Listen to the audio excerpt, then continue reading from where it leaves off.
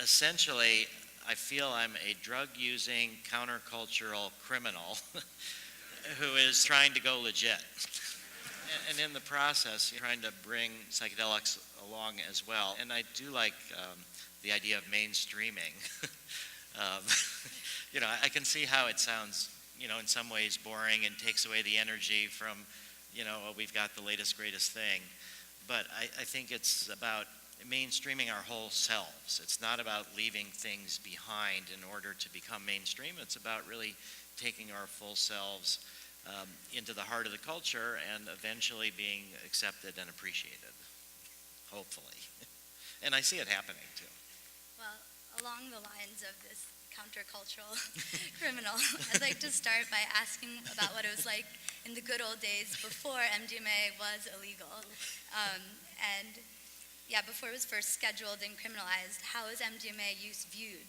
And could you maybe walk us through briefly the process leading up to the scheduling of MDMA? Because I know you were involved in protesting that. It was the good old days in some ways, and I learned so much from those early days when MDMA was legal that really inspired me to try to bring that back. So I was completely unaware of the psychedelic underground. I had gotten very interested in LSD in 1971 and 72, and I took a lot of LSD and mescaline and other things, and really couldn't handle it, and went to the guidance counselor and college, and the guidance counselor was very sympathetic, actually, and handed me this book, Realms of the Human Unconscious by Stan Grof, in manuscript copy, and reading that book really changed my life, because here was science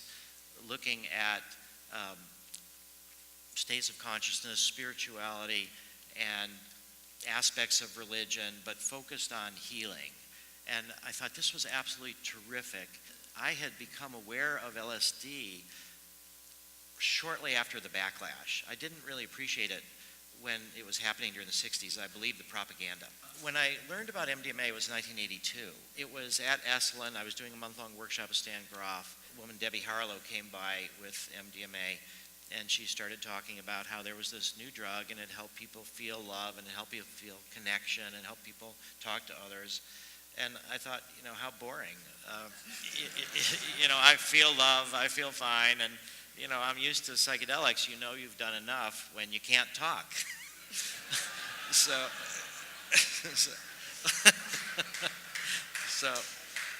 but of course I was just barely smart enough to buy some anyway. And then I went home and did it with my girlfriend, and it was astonishing. It was so profound. And so I felt this tremendous opportunity that I had woken up to LSD after it was criminalized, after the research was shut down. But I woke up to MDMA when it was still legal. But in 1982, I was still a little bit late to the party. I mean, it had been developed around 75, 76. Leo Zeff, who's in that picture, was the leader of the underground psychedelic psychotherapy movement. He worked with Sasha Shulgin and Ann Shulgin, and when they would have new drugs that they thought would be valuable, they would turn it over to Leo. And he came out of retirement to work with MDMA. But it was also being sold at the time as ecstasy already. And it was clear that it was doomed, because whenever these drugs are being used in public settings, this was during the Nancy Reagan escalation of the drug war and Just Say No, it was clear that there was going to be this conflict inevitably. MDMA was being distributed under the code name Adam. It wasn't connected to the chemical nature of it. Leo, through his work, introduced it to hundreds of psychiatrists and psychotherapists, and they used it in their practices, spread it to other people, and it was one of these other people that took it in this context that thought, aha, there's a bigger market here, and I could make, fortune, and people need this drug. I thought this is an opportunity to get involved to try to protect it for this inevitable crackdown, and having it be legal was absolutely fantastic. I mean, we think we're immune to a lot of propaganda, but it's incredible the number of people that have talked to me about MDMA causing holes in the brain because they've seen the slides from Oprah and from MTV. and all of this neurotoxicity concerns that just, kind of wear on you in the background in some ways. So there was none of that. This was just this fresh new drug that had people talking about how much it opened them up to love and to connection, and it felt so healing. And there was different people, myself included, that had challenging LSD experiences during the 60s or 70s, and MDMA helped to integrate, even after a decade or more, those challenging experiences. So we were able to communicate to other people about this drug, and they were more willing to listen because it was legal and because there wasn't this kind of propaganda about how dangerous it was. So the best example for me to explain to you now what it meant was there was a book in 1983 by Robert Mueller, New Genesis, Shaping a Global Spirituality. He was the Assistant Secretary General of the United Nations. And he wrote this book about how we need mysticism. The idea was mysticism is the antidote to fundamentalism, and that psychedelics can produce this sense of connection. It goes beyond the ego, and then we see we're all the same. And then how do we hate Muslims, or how do we hate people that are different color, or how do we trash nature? I wrote him a letter and said, great book, you didn't say anything about psychedelics, but there's MDMA, it's still legal, and it has the spiritual potential. There's the Good Friday experiment, and every new way of killing gets unlimited money, so how about helping us restart psychedelic research and protect MDMA? So he said, well, first off, he wrote me back, which was astonishing.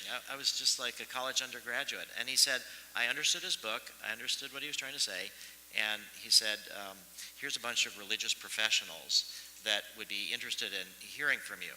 Of course, I read between the lines, and I heard him say, send them MDMA. Rabbi Zalman Schachter, Brother David Steindl-Rast, Vanya Palmer, experts in Zen meditation, Christian mysticism, Jewish mysticism, and of course, I sent them MDMA because it was legal. They didn't have to worry about it. And then they took some as aid to meditation in different ways. Zalman talked about MDMA being like the Sabbath. We were having meetings at Esalen, and there was, to plan the defense. And there was one meeting that was pretty crucial with Terence McKenna. Terence was talking about how if it's from nature, it's good, and if it's from the lab, it's bad. And MDMA is from the lab, and we should go with things that have thousands of years of history. And I was like, Terence, that's so ridiculous. We're part of nature, our minds are part of nature. And I said, I'll put up some money, let's do a first secret underground MDMA study to get some safety data for when it would be time for the crackdown. Then we'd have some safety data. And Dick Price, who's the co-founder of Esalen, put up some money. Before you know it, we were able to conduct a secret study and keeping the data private until the time would come for us to challenge the DEA with it. So that all of these things could be taking place in this legal context. And so it was just this remarkable opportunity. And then in the summer of 1984 is when the DEA decided to criminalize MDMA. They did not hear at all of the word of MDMA. They'd never even heard of Atom. They just heard of ecstasy. And so that's what really motivated them to try to crack down. At the time, there was only 8 emergency room visits. Nobody had died. The problem was there were no problems. Here's a drug that loads of people are doing, and they seem to be benefiting from that. And that's kind of counter to what the drug war was about. So there came time for these hearings, and we were able to get people from all walks of life, Harvard Medical School, Lester Grinspoon, others, to testify for us because they could talk about it when they had these experiences, when it was legal. So it was this golden moment of experimentation and communication throughout the culture that kind of collided with the repressive nature of the drug war.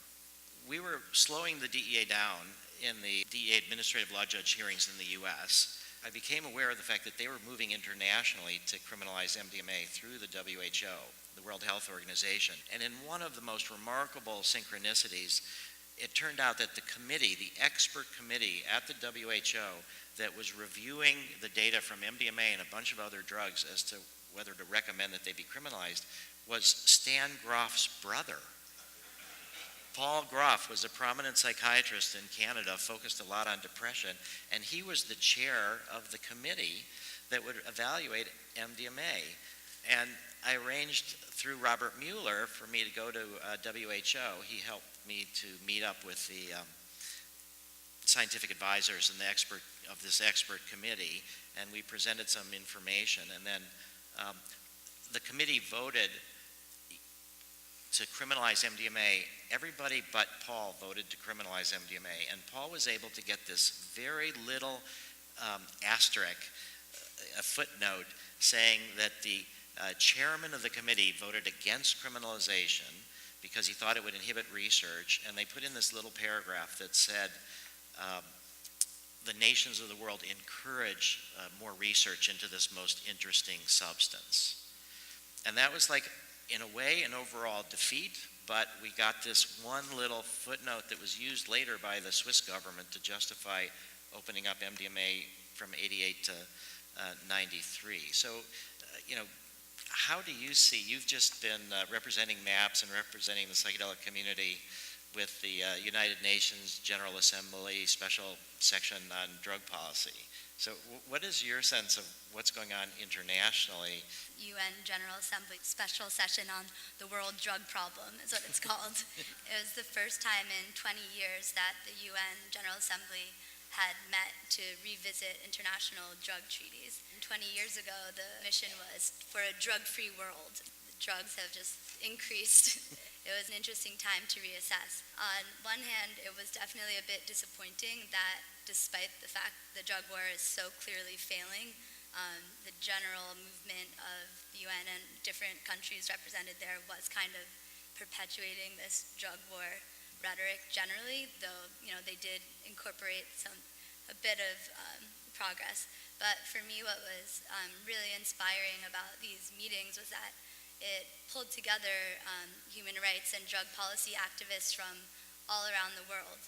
And that was a really empowering part of this work, to connect with people doing work in all different countries and learning more closely about what's happening, and how we can all work together to ultimately influence the UN, hopefully, because progress is made by individual countries trying innovative things and reforming, and then that ultimately impacts the UN.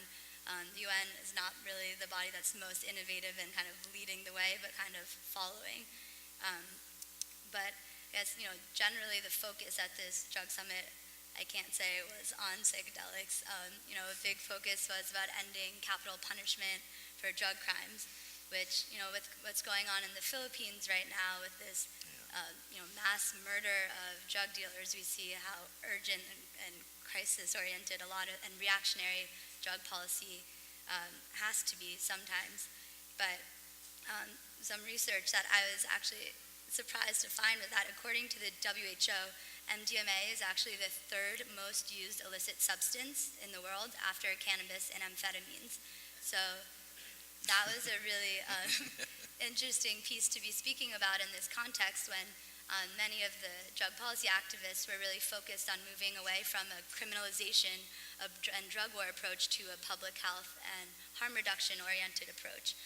So speaking about psychedelic harm reduction in the broader spectrum of harm reduction work, I think was really important, and likewise for us to kind of stand in solidarity with the broader drug policy movement working in all forms of harm reduction.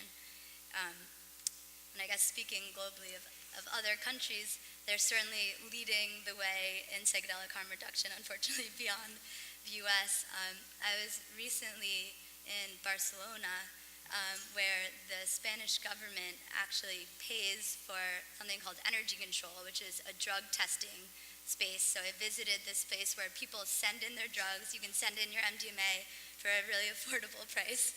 And it's so affordable that people from the US actually send their drugs to Barcelona to get tested. And the government sends back the results. They also had government-created snorting straws and all different harm reduction tools, which was just so shocking to try to imagine the US government funding something like that, let alone allowing that to happen. Because currently, under the so-called RAVE Act, many venues and places are afraid of even allowing harm reduction measures to happen because they don't want to be held liable under this law for letting drug use happen on their premises.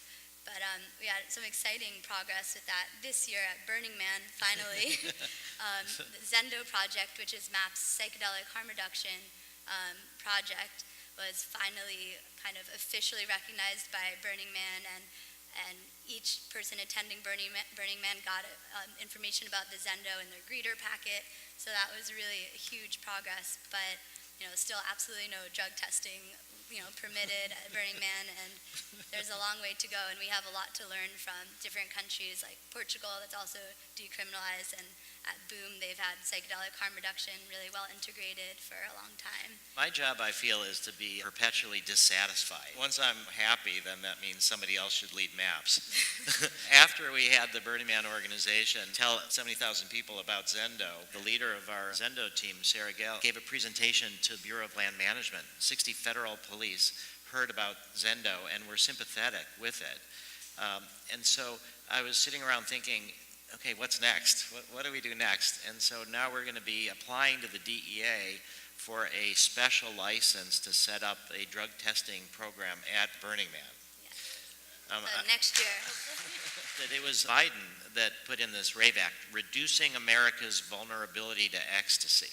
We had this all-night Burning Man event on the Washington, D.C. Mall. Several days after that, Natalie, you went to see Biden's staff. Yes. So going from right outside the White House, dancing all night, and then protesting the drug war. So what was it like when you went to see Biden's staff? Unfortunately, they weren't even really familiar with the RAVE Act and like the negative repercussions that it was having, which was quite frustrating. And I can't say that they were really that interested in engaging as much as I would have hoped. But I do have more hope that in this Amend the RAVE Act campaign, I work with Stephanie Jones from Drug Policy Alliance and Dee Dee Goldsmith, whose Senator Kane, who actually has been supportive of this process and sent a letter to the DEA kind of asking in support of amending the RAVE Act. So that was pretty encouraging that we kind of have this connection to the current vice president, hopefully the next vice president, and what are some of the implications of rescheduling and descheduling? Like how would that impact medical access, legal access, harm reduction? Descheduling means legalization. Rescheduling means changing it from Schedule 1 to some other schedule so that it's actually a prescription medicine. And so I think that we need to work on parallel tracks. So descheduling is something that we're anticipating will take place around 2035. We're anticipating MDMA becomes a medicine around 2021. If our negotiations with FDA go well. We have a meeting on November 29th coming up with FDA about the phase 2, phase 3 transition. And if it goes well, then we anticipate 2021, also the similar dates probably for psilocybin.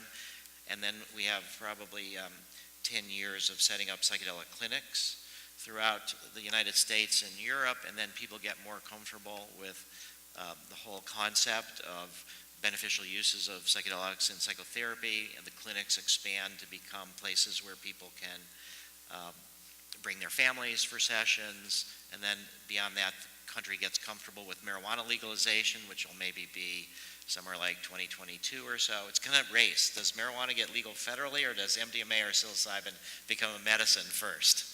And the path is really the path trod by Big Pharma. I mean, we have to acknowledge that that the scientific method is crucial, that we lie to ourselves all the time and we see what we want to see, and we need the scientific method, and we need to do the research according to the FDA standards. And I think that that's achievable. We have support from within FDA to do the studies. The key point to understand about rescheduling is that what we're talking about is psychedelic-assisted psychotherapy. It's really about the psychotherapy. So the drug is never going to be a take-home drug. There's all sorts of ways in which the FDA can regulate how drugs become medicines. We're not talking about MDMA becomes a medicine or psilocybin becomes a medicine and anybody can prescribe it. It'll be only people with certain kind of training, and then only in certain kind of clinic settings, and only for administration under direct supervision. And that's the vision that we have for the rescheduling. It's probably going to be about $25 million. We have almost half of that already raised or pledged. So I think it's within reach, and I think there's such a need in society for this kind of healing that we will be able to make it happen. Legitimizing and obtaining approval for prescription use of psychedelics, how does that relate to social justice? So MDMA and psychedelic therapy is so effective because it encourages the individual to address, the root source of their trauma and their issue beyond just their symptoms. And often in really trying to examine the root cause, broader kind of social causes of trauma and pain start to come into the picture. I've had the privilege of watching hours of MDMA therapy tapes from MAPS, and I was really struck by how so many veterans who are recounting their trauma from war often recounted the trauma of perpetration and of committing violence, and that was really what was coming up for people. And there's this one woman that really sticks in my head who I remember crying out, I had to kill those children, I had to kill those children, they were coming at us. And then right after saying, how could I have been a part of something where I was forced to kill children? And kind of really starting to question the violence of war and the greater causes and systems that are forcing her to be a part of that. Are we helping inadvertently to make it easier to wage war? Or is there some dark side of what we're doing? And how do you view that? I also get asked that, and also asked we do work in Israel also with veterans, and I receive a lot of questions like that. And I think part of this healing process is also about healing your fear. And when you're in these states of violence, you're acting out of fear and protection. So I think healing is a really essential part in stopping cycles of violence and stopping fear.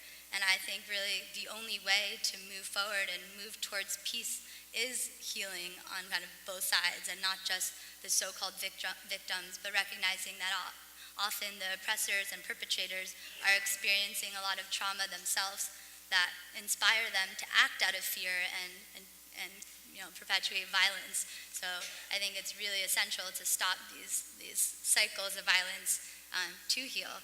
And beyond the trauma from war, which is something that we speak about often in the context of veterans, I think what we often don't really recognize is that the great trauma that stems from social injustice in general. And actually there's greater percentages of people suffering from PTSD in marginalized communities, from suffering from oppressions like racism, sexism, homophobia, poverty. There are actually higher rates than in returning war veterans often. And to recognize that, and to recognize there's a researcher named Dr. Monica Williams who's doing some pioneering work on PTSD from racism. She actually attended a MAPS MDMA therapy study and wrote a piece for our bulletin if you're interested in hearing more about that. But I think just to take the example of racial trauma and to think about what Black Lives Matter in this country means today, the fact that there needs to be a movement asserting that Black Lives Matter is a response to a very traumatic feeling that Black lives don't matter.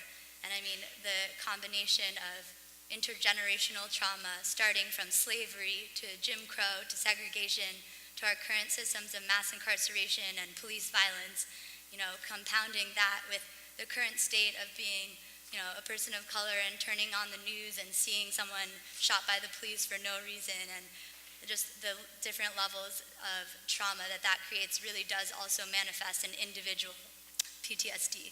So in that way, I see a lot of potential in psychedelic healing and addressing these greater social injustices and helping us recognize the harms. There was an incredible article in the journal Cell which is one of the most highly rated, highest impact factor journals in the scientific literature. And this was July 14th of 2016, and it was by two neuroscientists from Stanford. And they said, we have to unleash the entire range of techniques of modern neuroscience to study mechanisms of action of MDMA.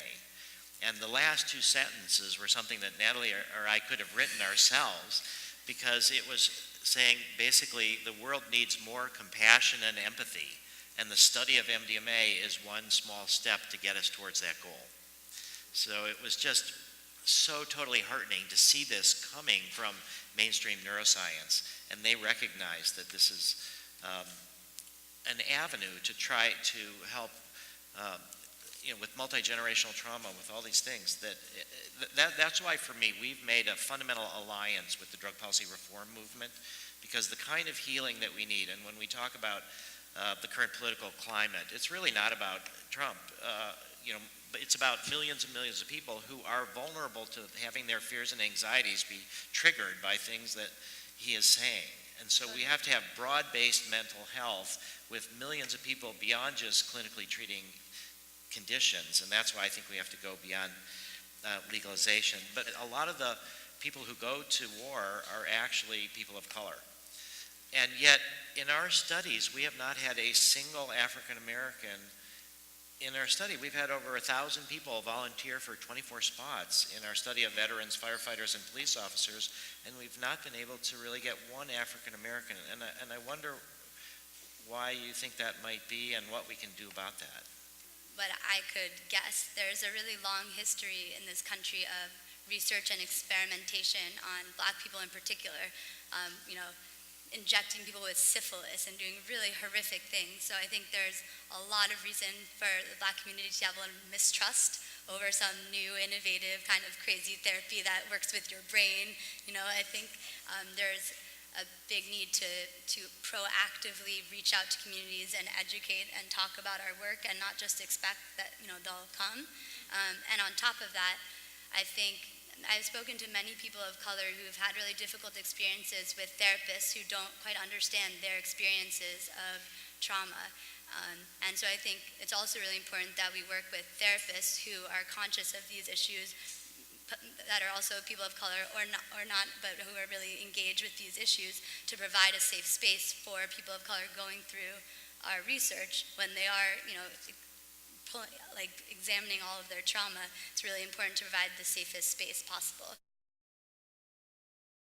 I wanted to share a harm reduction story that I personally witnessed 2007 or 8 at Burning Man, when I was also working on the harm reduction team there with MAPS and other collaborators. There was someone who was severely agitated, on the verge of becoming violent, surrounded by basically a circle of law enforcement officers who were ready to tase and zip tie this person. There was a woman who was working with the harm reduction unit who very slowly and gently approached this person, step by step, conversational voice, infinite patience, very slow, very kind, very non-confrontational. And it must have taken 6 or 7 or 8 minutes of getting this person back down to a place where they were just comfortable and could be spoken with. And afterwards, this ring of law enforcement people were just amazed. And they asked her, "Are you a therapist? Is there a way we can do this? Is it a hypnosis technique?" And her response was, "Just try being nice to people." Kevin Baltic. Kevin, thank you. We should all look around and look how white this room is. We have to be more proactive and reach out, as in a lot of the ways that Natalie was saying.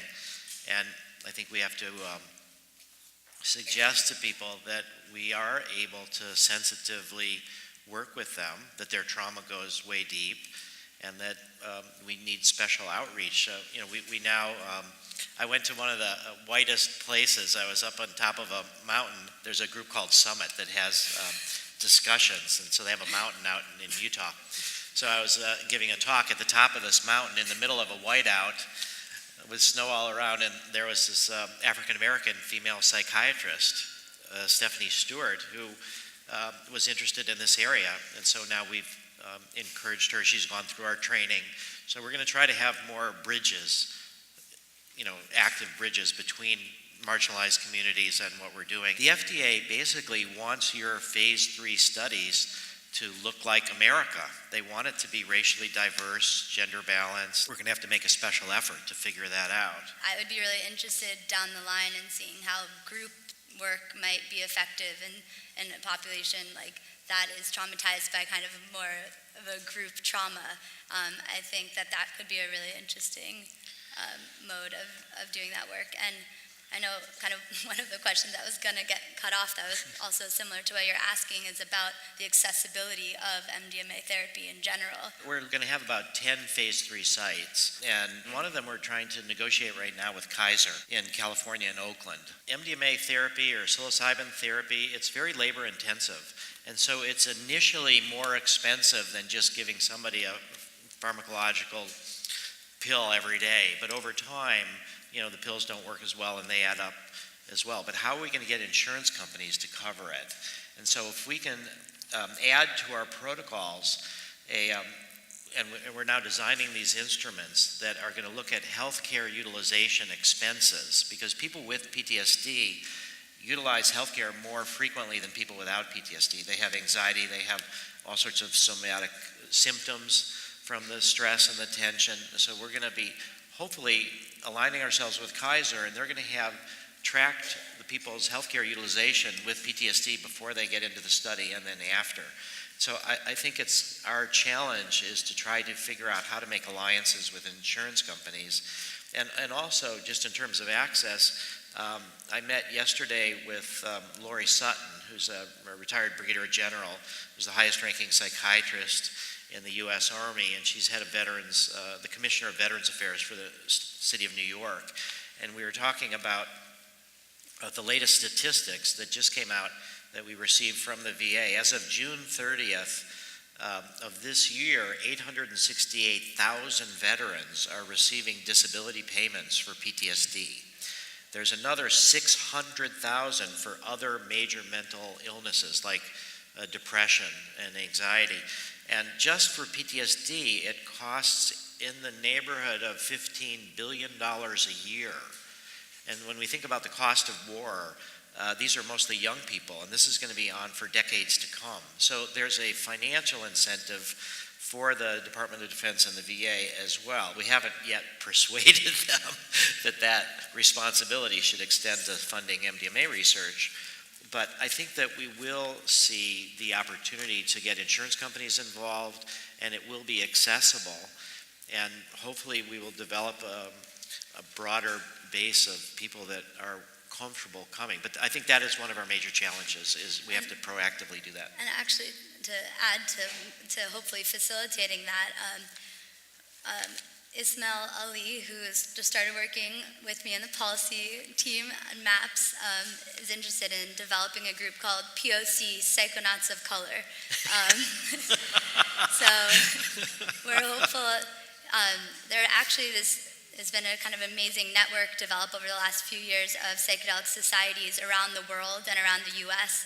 Right now, our list is over 80 societies. Wow. From Pakistan to Czech Republic, to all over the U.S., to the South even.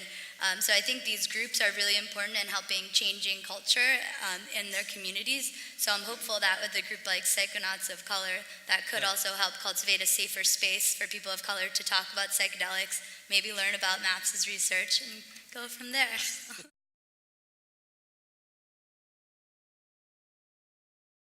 Because MDMA, of all the psychedelics, is the most inherently therapeutic on its own. And we get a lot of people come to us and say, I took MDMA at a rave, or I took it at Burning Man, and I healed myself.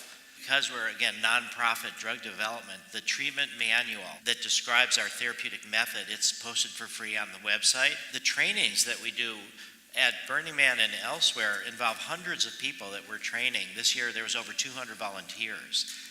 And they're able, within a few hours, both, kind of what Kevin said, just to be nice to people, but also to learn about a little bit about how to work with psychedelics with people. That a lot of people,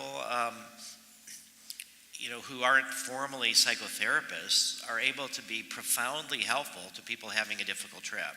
And so I think the peer-to-peer approach really has a lot of merit, and it's also, one of the things that we know from psychotherapy outcome research is that the key factor is the therapeutic alliance. It's the trust between the therapist and the patient. It's not the school of therapy that they practice that matters, but it's really that trust. And when you have a situation with friends that you trust, a lot of times people can open up in certain ways. And that is a way to, provide it at virtually no cost and to help a large number of people. But if we have these clinic settings and trained therapists for people that isn't enough, then I think we'll be able to cover way more people. And I'll say that group work is also a form of peer counseling, and that's really effective in both psychedelic settings and even integration after.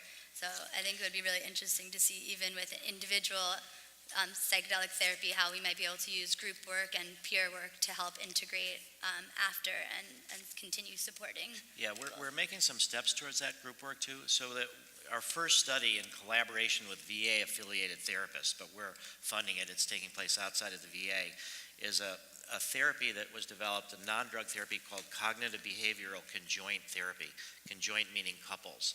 And so it's couples therapy where one member of the couple has PTSD and it affects the relationship.